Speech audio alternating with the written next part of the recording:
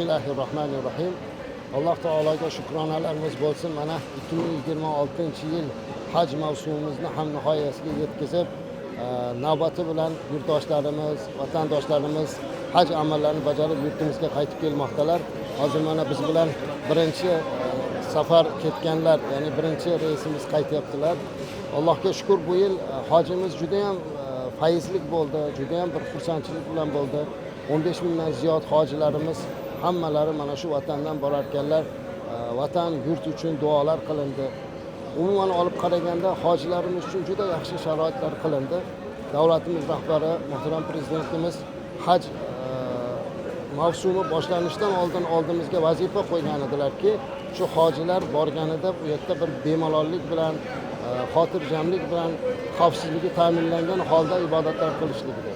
Shuning uchun hamma hojilarimizni bir mavzega, ya'ni Badxa Quraysh degan hududdagi mehmonxonalarga joyladik. Hamma sharoitlari qilingan. Qolaversa bu yil mana qariyb 60 ga yaqin shifokorlar, ularning ichida o'sha fan doktorlari, professorlar bordi. Mana hojilarimiz o'zlari guvohlik beradilar. Shifokorlarimizdan Alloh rozi bo'lsin, juda qattiq xizmat qilib berishdilar.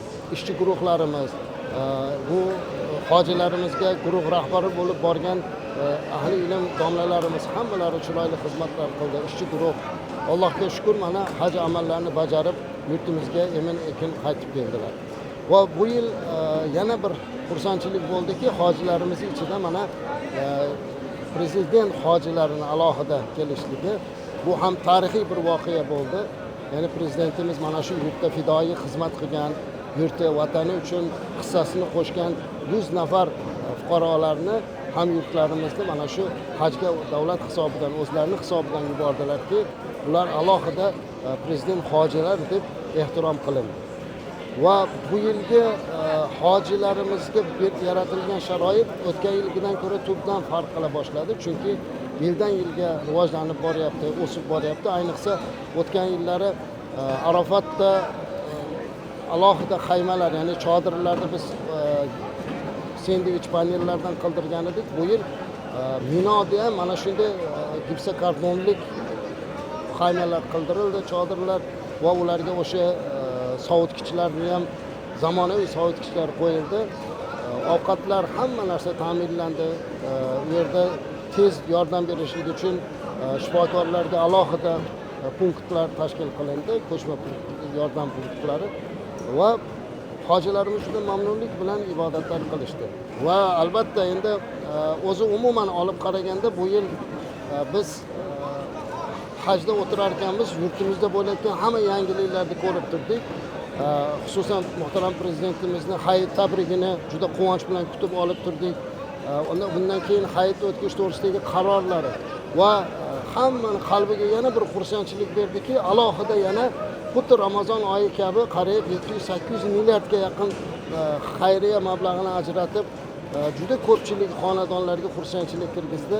Va bu xursandchiliklar orasida albatta bizni doimgidek qalbimizga eng katta surur bag'ishlagan bu muhtaram prezidentimizni biz bilan muloqot qilishliklari bo'ldi. Ya'ni kamina xodimingiz bilan bog'lanib, butun hojilarimizni holidan xabar olib, ularga salomlarini yo'llab, ularning ahvolini so'rab va davlat rahbari sifatida ulardan duo umidida ekanligini, bu hojilarimiz kelgusida yurt, vatan haqqiga duo qilsinlar degan takliflarni berdilar.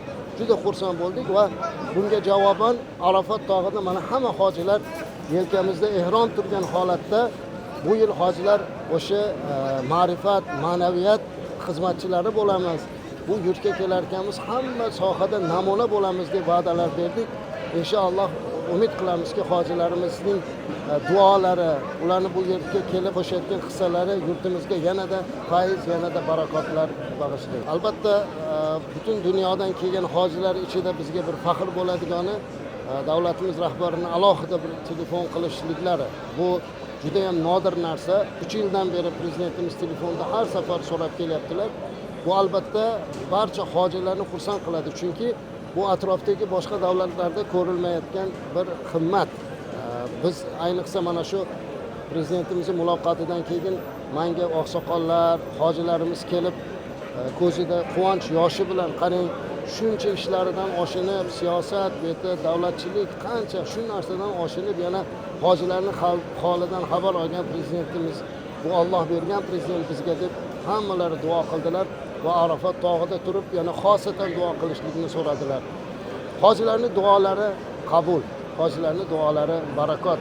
Payg'ambarimiz alayhisolatu vasallam aytganlarki, hojida Arafatda qilingan duo mustajab, shubhasiz qabul bo'ladigan makon.